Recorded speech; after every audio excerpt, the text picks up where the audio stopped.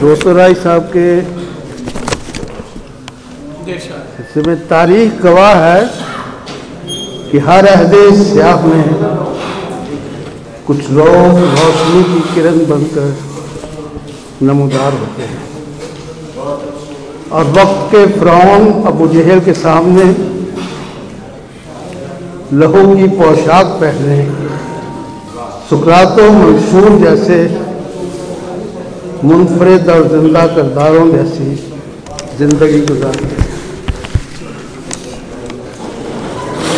तो तशरीफ रखें, बैठ जाए। और वो जो सुरखरू है तहे खाके खाद बंद कर दी, यही तो है फजल हुसैन राही, जिसे जिधर से गुजर जाते बहारें झूमने और रोशनियां मुस्कुराने लगते हैं और वो अपने जुनून में जिंदगी और बेदारी का सिलाबे नूर लेकर चलते हैं। मैं तो कामरेड कहना चाहूँगा राही साहब को, क्योंकि वो हमारा साथी थे, कामरेड फजल हुसैन राही, जिनकी जिंदगी जहदे मुसलसल से इबारत है।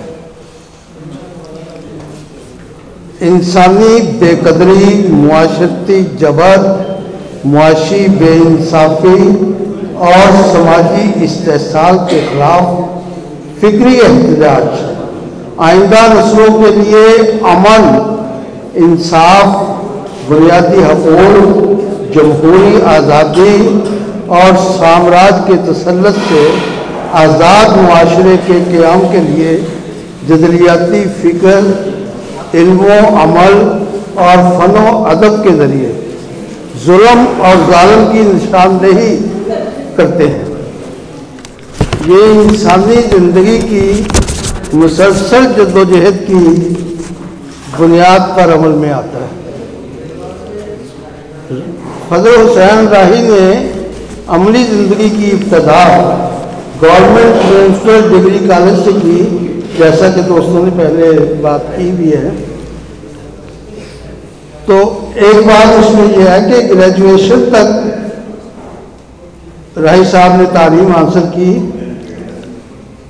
और वो अपनी तशनगी इंसान दोस्ती और सियासी जद्दोजहद की तकवीर के लिए तलबा यूनियन में शामिल होकर 2 बार इलेक्शन लड़ा, जबकि पहली बार जनरल सेक्रेटरी और दूसरी बार सदर के होने पर फाइज हुए और तलबा के हकूक़ की जद्दोजहद करते रहे और फिर अपने इलाका से काउंसलर के इलेक्शन में मुखालिफ उम्मीदवार शेर अली को शिकस्त देकर कामयाबी हासिल की और काउंसलर मुंतखब हुए। कामरेड फजल हुसैन राही की तमाम जिंदगी जहद मुसलसल से इबारत है।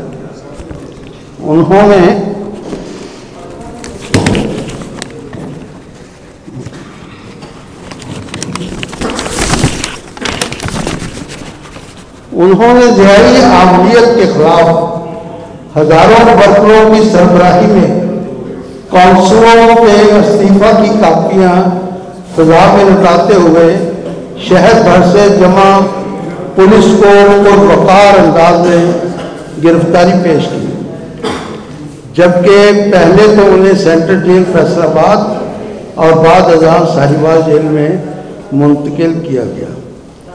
1985 के गैर जमाती इलेक्शन में सूबाई असम्बली की सीट पर शानदार कामयाबी हासिल की और 2 मरतबे MPA मुंतखब हुए।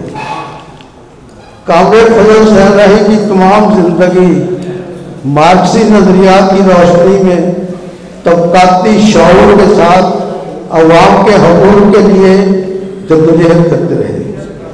इस तबकाती जद्दोजहद के दौरान उनको मुतअद्दिद बार कैद-ओ-बंद की सोहबतें बर्दाश्त करनी पड़ी। इन जैसे लोग सदियों बाद पैदा होते हैं और सदियों तक जिंदा रहते हैं। तो राही साहब के 1-2 शेर कल रात गरजे बहरे अलम कहर में न था। कल रात गरजे बहरे अलम कहर में न था, लेकिन करार दिल को उसी पहर में न था।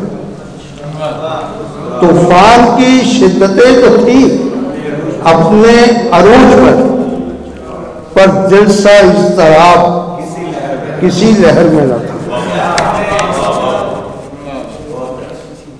तो जिसकी तरफ में आए थे दीवाना वार हम, जिसकी तरफ में आए थे दीवाना वार हम, पहला सा वो हुरूर देश शहर में न था। कहराम मच गया है सबके दुश्मना में आज, कहराम मच गया है सबके दुश्मना में आज, मुझ पे नहीं हुआ कि असर जहर में न था। मेहरो वफा खलूस मोहब्बत में बेमिसाल, राही सा एक शख्स भी इस शहर में न था। तो मैं राही का दोस्त तो बहुत बाद में बना, उससे पहले मेरी दोस्ती इस खानदान से वली पहलवान से थी और उनसे मेरी मुलाकात लाहौर राय पार्क में हुआ करती थी। हर खुद को आया करते थे और हम खुद को उन्हीं से नाश्ता किया। तो बहुत प्यार और मोहब्बत वाले लोग थे।